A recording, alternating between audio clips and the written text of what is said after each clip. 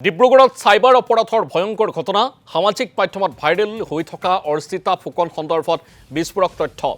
AI জৰিয়তে photo morph কৰা হৈছিল অৰ্চিতা ফুকনৰ ডিব্ৰুগড়ৰ এগৰাকী বিবাহিত মহিলা অৰ্চিতা ফুকন আমেৰিকাতো নাথাকে অৰ্চিতা ফুকন ঘটনা সন্দৰ্ভত প্ৰাণ প্ৰতিম বৰা নামৰ এজন যুৱকক গ্ৰেপ্তাৰ কৰিছে ডিব্ৰুগড় আৰক্ষীয়ে গ্ৰেপ্তাৰ কৰিছে প্ৰাণ প্ৰতিম বৰাক সামাজিক মাধ্যমত ব্যাপক ভাইৰেল হৈছিল অৰ্চিতা ফুকনৰ মৰ্ফ কৰা ফটো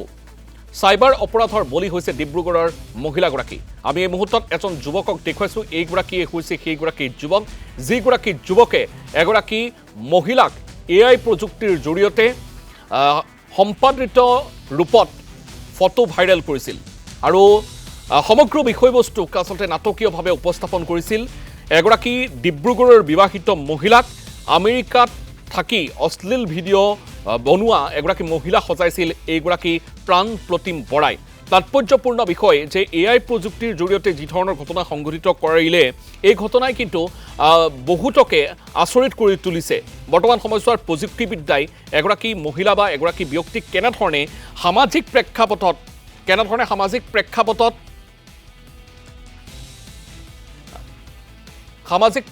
কেনেধৰণে লজ্জিত কৰিব পাৰে সেয়া আসলে আচৰিত ঘটনা এই মুহূৰ্তত আমি কেতবোৰ দৃশ্যাৱলী দেখুৱাই আছো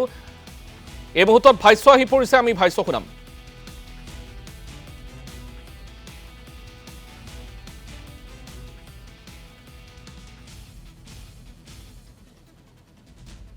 ঘটনাটো মানে এই আৰু যে মানে কিবা অৰ্চিতা ফুকনৰ কিবা তেওঁৰ মানে আপলোড কৰিছে বুলি কৈছে যে তেওঁৰ অৰ্চিতা ফুকনৰ ঘৰৰ মানুহে ডিব্ৰুগড়ৰ মানুহে কিবা আপোনাক কমপ্লেইন এটা দিছে বুলি কৈছে আৰু সেই কমপ্লেইনটোৰ ওপৰত ভিত্তি কৰি পেলাই ডিব্ৰুগড় পুলিচে ইয়ালৈ আহিছে তাৰমানে তেওঁক বিচাৰি তেওঁক আহি পেলাই ভিতৰত সোমাই পেলাই তেওঁক মানে কি আৰু যে গোটেই বয় বস্তু গোটেই লণ্ড ভণ্ড কৰি মেলি মানে তেওঁৰ মানে মোবাইল চবাইল আদি কৰি যত যি আছে আৰু সেইবিলাক আপোনাৰ মানে চিজ কৰি পেলাই লৈ গ'ল কিন্তু ইমান কথা ডাঙৰ কথা হ'ল যে পুলিচ আহিছে কি কাৰণে আহিছে যে কোনেও একো গম নাপায় বাহিৰত সুধিহে গম পাইছোঁ পুলিচে যে কি কাৰণে আহিছে তাৰমানে যে তেনেধৰণৰ বিষয় এটাৰ কাৰণে আহিছোঁ কিন্তু পুলিচেতো ঘৰৰ মানুহক এটলিষ্ট আপোনাৰ জনাব লাগে যে কি কাৰণেনো আহিছে আৰু কোনো ধৰণৰ আপোনাৰ মানে কাগজ পত্ৰ শ্ব' নকৰাকৈ যে এনেকৈও যে মানুহক গ্ৰেপ্তাৰ কৰিব পাৰে সেইটো এটা আচৰিত ধৰণৰ বিষয় এখেত কোন হয় আপোনাৰ মোৰ আপোনাৰ ভতিজা আপোনাৰ ভতিজা তেওঁৰ নামটো তেখেতে ইয়াতে থাকে নেকি কি নাম তেওঁ প্ৰতিম বৰা আৰু এইগৰাকী আছিল আত্মীয় আৰু আত্মীয়গৰাকীয়ে এনেধৰণে মন্তব্য প্ৰদান কৰিছে এই মুহূৰ্তত আমি ডিব্ৰুগড়লৈ যাব বিচাৰিছোঁ ডিব্ৰুগড়ৰ পৰা আমাৰ সৈতে আছে দেৱজিৎ চুতীয়া সমগ্ৰ বিষয় সন্দৰ্ভত যিহেতু আমি দৰ্শকসকলৰ জ্ঞাতাৰ্থে আমি কেতবোৰ খবৰ জনাই আছোঁ বৰ্তমান সময়ছোৱাত যিটো ঘটনা সংঘটিত হ'ল সেই ঘটনাটো আচলতে অতিকৈ ভয়ংকৰ কাৰণ চাইবাৰ অপৰাধ কি পৰ্যায়ত শিপাইছে সেয়া প্ৰত্যেকগৰাকী ব্যক্তিয়ে বৰ্তমান সময়ছোৱাত উপলব্ধি কৰাটো অতিকৈ দৰকাৰী কাৰণ এআই প্ৰযুক্তিয়ে মানুহক বহু উচ্চ স্তৰলৈ লৈ যাব পাৰে অথবা বহু নিম্ন পৰ্যায়লৈ অৱনমিত কৰিব পাৰে আৰু আজিৰ যিটো ঘটনা পোহৰলৈ আহিলে সেই ঘটনাটোৱে এগৰাকী মহিলাক বুলিয়ে নহয় সমগ্ৰ সমাজ ব্যৱস্থাটোক লজ্জিত কৰি তুলিছিল বিগত এটা মাহ ধৰি এগৰাকী মহিলা সামাজিক প্ৰেক্ষাপটত ওলাব নোৱাৰা এক অৱস্থাৰ সৃষ্টি কৰিছিল এই যিটো ঘটনা এই ঘটনাটোৰ লগত কেৱল প্ৰাণ প্ৰতিম বৰাই জড়িত আছে নে অন্যান্য ব্যক্তিও সহযোগিতাত আছিল সমগ্ৰ বিষয় সন্দৰ্ভত ডিব্ৰুগড় আৰক্ষীৰ অনুসন্ধান কি পৰ্যায়ত আছে সমীৰত নিশ্চয় ক'ব লাগিব আচলতে এআই প্ৰযুক্তিয়ে আচলতে সমাজক কি অৱস্থালৈ লৈ যাব পাৰে যিদৰে ইয়াৰ ভাল দিশটো আছে তেনেধৰণে কিমান এটা বেয়া দিশো আছে এই কথাটো আচলতে এই ঘটনাটোৱে সমগ্ৰ মানৱ সমাজকে ক'ব লাগিব এক প্ৰকাৰ কঁপাই তুলিছে এগৰাকী একেবাৰে ইন'চেণ্ট এগৰাকী মহিলাক আচলতে কেনেধৰণে আচলতে এজন যুৱকে এআই প্ৰযুক্তিৰ জৰিয়তে কেনেধৰণে হাৰাশাস্তি কৰি আছিল আজি প্ৰায় কিমান 1-1.5 মাহ দিন সেই গোটেই ঘটনাটোৱে আচলতে এই যিটো এআই প্ৰযুক্তিৰ যিটো কৌশল সেই কৌশলেৰে আচলতে এই গোটেই ঘটনাটো কৰি আছিল প্ৰতিম বৰাই আৰু এই গোটেই ঘটনাটো ইতিমধ্যে সমগ্ৰ অসমে গম পাইছে যে এই ঘটনাৰ লগত জড়িত যিগৰাকী যুৱক প্ৰতিম বৰাক ইতিমধ্যে তিনিচুকীয়াত গ্ৰেপ্তাৰ কৰা হৈছে আৰু কিছু সময় পূৰ্বে তেখেতক ডিব্ৰুগড়ৰ যিটো সদৰ আৰক্ষী থানালৈ লৈ অনা হৈছে আৰু বৰ্তমান তেখেতক আৰক্ষী জিম্মাত ৰখা হৈছে আৰু যিগৰাকী মহিলা ভুক্তভোগী মহিলা সেই মহিলাগৰাকী ডিব্ৰুগড়ৰ বুলি আমি ইতিমধ্যে জানিব পাৰিছোঁ আৰু তেখেত এগৰাকী বিবাহিত মহিলা একেবাৰে সাধাৰণ মহিলা আজি কিছু বছৰ পূৰ্বে তেখেতৰ এই মহিলাগৰাকীৰ লগত এই যুৱকজনৰ কিছু হয়তো তেওঁৰ সম্পৰ্ক আছিল বুলিও এটা কথা আহিছে, কিন্তু এইখিনি কিমান সত্য অসত্য আমি পিছত গম পাম। আৰু তাৰ পিছতেই আচলতে মহিলাগৰাকী সেই যুৱকজনৰ লগত সম্পৰ্কৰ বিচ্ছেদ হ'ল। তাৰপিছতে তেখেতে বিবাহ পাশত আবদ্ধ হৈ এটা সাধাৰণ জীৱন যাপন কৰি আছে যিগৰাকী মহিলাই, আৰু সেই মহিলাগৰাকীয়ে যিগৰাকী প্ৰাক্তন প্ৰেমিক বুলি আমি গম পাইছোঁ। আৰু তেখেতে এনেকুৱা ধৰণৰ এটা সাংঘাতিক এটা নিকৃষ্ট কাম কৰি এগৰাকী মহিলাৰ লগতে সমগ্ৰ পৰিয়ালটোকে আচলতে আজি প্ৰায় 2-3 মাহ ধৰি এটা মানসিক যিটো কষ্ট দি আছিল। আৰু অৱশেষত এই গোটেই ঘটনাটোৰ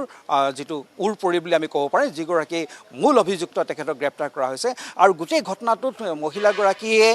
তেখেতৰ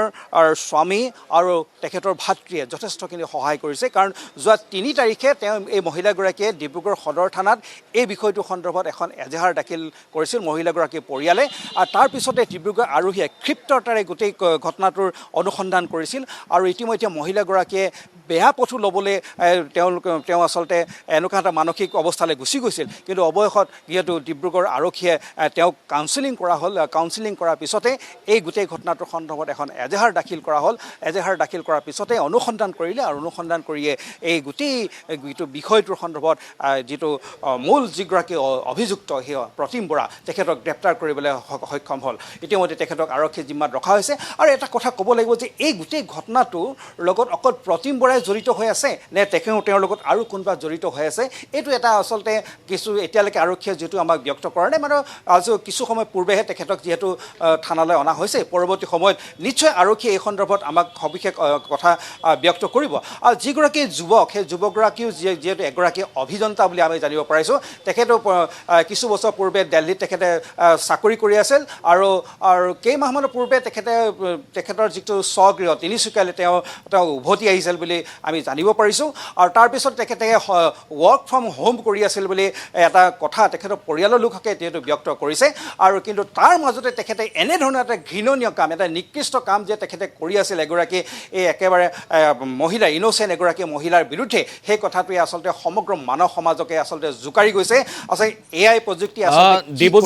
দেৱজিৎ চুতীয়া, এটা বিষয়ে আচলতে এই মুহূৰ্তত আমি আলোকপাত কৰিব বিচাৰিছোঁ। সেই বিষয়টো এনেধৰণৰ যে বৰ্তমান সময়ত যিটো ঘটনা সংঘটিত হ'ল, সেই ঘটনাটোৰ লগত দেখিবলৈ পোৱা গৈছিল যে একাংশ কণ্টেণ্ট ক্ৰিয়েটৰে কিন্তু এনেধৰণৰ বিষয়বস্তুক অধিক মাত্ৰা প্ৰদান কৰিছিল, অধিক আচলতে এই বিষয়বস্তুক এটা ৰূপ দিছিল, যাক লৈ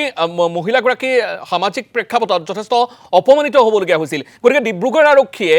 এই সমগ্ৰ বিষয় সন্দৰ্ভত তেনে কিছু কণ্টেণ্ট ক্ৰিয়েটৰ বা কণ্টেণ্ট ক্ৰিয়েটৰ ৰূপী কিছু নিউজ পৰ্টেলৰ ওপৰতো ব্যৱস্থা গ্ৰহণ কৰিব পাৰে নেকি? নিশ্চয় পাৰে, কিয় নোৱাৰিব? কাৰণ কোনো ধৰণৰ তথ্য নোহোৱাকৈ, কোনো সত্যাসত্য নজনাকৈ সামাজিক মাধ্যমত এগৰাকী মহিলাৰ ফটো শ্বেয়াৰ কৰা, ভিডিঅ' শ্বেয়াৰ কৰা, সেই ফটো সঁচা মিছা কোনো ধৰণৰ তথ্য নাই, কোনো ধৰণৰ ব্যক্ত নাই, তেনেধৰণে এটা কথা আচলতে কৰিব পাৰে নেকি? ছাৰ, আমাক কিবা ক'ব নেকি ঘটনাটো? ছাৰে ক'ব। নিশ্চয়, এইগৰাকী হৈছে সদৰ থানাৰ বিষয়া। তেখেতে কৈছে যিহেতু উচ্চপদস্থ আৰক্ষী আহি আছে, তেওঁলোকে গোটেই কথাখিনি ব্যক্ত কৰিব। কণ্টেণ্ট ক্ৰিয়েটৰৰ কথাটো কওঁ। আচলতে চাওক, এই গোটেই ঘটনাটোৰ সকলো আচলতে ইয়াত এই যিটো তদন্তৰ আওতালৈ আহিব লাগিব। কোনো ধৰণৰ একো নজনাকৈ, কোনো ধৰণৰ তথ্যৰ সত্যতা নজনাকৈ কিছুমানে ভিডিঅ' তৈয়াৰ কৰিছে, কিছুমানে ফটো শ্বেয়াৰ কৰিছে, যাৰ যি মন যায় তেনেধৰণৰ কমেণ্ট কৰিছে, যাৰ যি মন যায় তেনেধৰণে বিশ্লেষণ দিছে, ইত্যাদি ইত্যাদি। কিন্তু সেইবিলাক আচলতে কেতিয়াও উচিত নহয়। আৰু যিটো ঘটনা, এই ঘটনাটো আচলতে ক'বলৈ এটা সৰু ঘটনা নহয়, বহুত ডাঙৰ ঘটনা। সমগ্ৰ ভাৰতবৰ্ষতে আচলতে তোলপাৰ লাগি আছে, ক'ব লাগে বিশ্বতে তোলপাৰ লাগি আছিল এই নামটোক লৈ আৰু তেওঁৰ বিষয়ে যিটো সামাজিক মাধ্যমত যিটো চৰ্চাক লৈ। গতিকে এই গোটেই বিষয়টোৱে এতিয়া ডিব্ৰুগড় আৰক্ষীয়ে তদন্ত কৰিছে। চাইবাৰ ক্ৰাইমে যিহেতু গোটেই বিষয়টো লৈছে, নিশ্চিতভাৱে সমীৰণ, যিবিলাকে এই ঘটনাটোক এনেধৰণৰ প্ৰচাৰ দিছিল, নজনা নুশুনাকৈ প্ৰচাৰ দিছিল, অতিৰঞ্জিত কৰিছিল, যাৰ যি মন যায় তাকে কৰিছিল, তেওঁলোকক কিন্তু এই গোটেই তদন্তৰ আওতাত আহিব যেন অনুমান হৈছে। গতিকে ক'ব লাগিব যে বিষয় এটা নজনাকৈ, কাৰোবাৰ বিষয়ে সত্যতা নজনাকৈ এনেদৰে এটা মনোৰঞ্জন কৰি থাকিলে, কাৰোবাৰ বিষয়ে যা তা কথা কৈ থাকিলে যে ঘটনা কেনেধৰণৰ ৰূপ ল'ব পাৰে, তেওঁলোকে ক্ৰিয়েটৰবিলাকে বা বিভিন্ন ধৰণে তেওঁৰ এই মহিলাগৰাকীৰ বিষয়ে যা তা কৰি থকাৰ ফলত তেওঁ কিমান মানসিকভাৱে তেখেত ভাগি পৰিছিল তেওঁৰ পৰিয়ালটোৱে কাকো ক'তো ওলাব নোৱাৰা এটা অৱস্থা হৈছিল এগৰাকী বিবাহিত সাধাৰণ মহিলা কিন্তু তেওঁলোকৰ যিখিনি মানসিক যিখিনি অৱস্থা সেই অৱস্থাখিনি কিন্তু আচলতে সাধাৰণ কথা নহয় গতিকে দেৱজিৎ জ্যোতি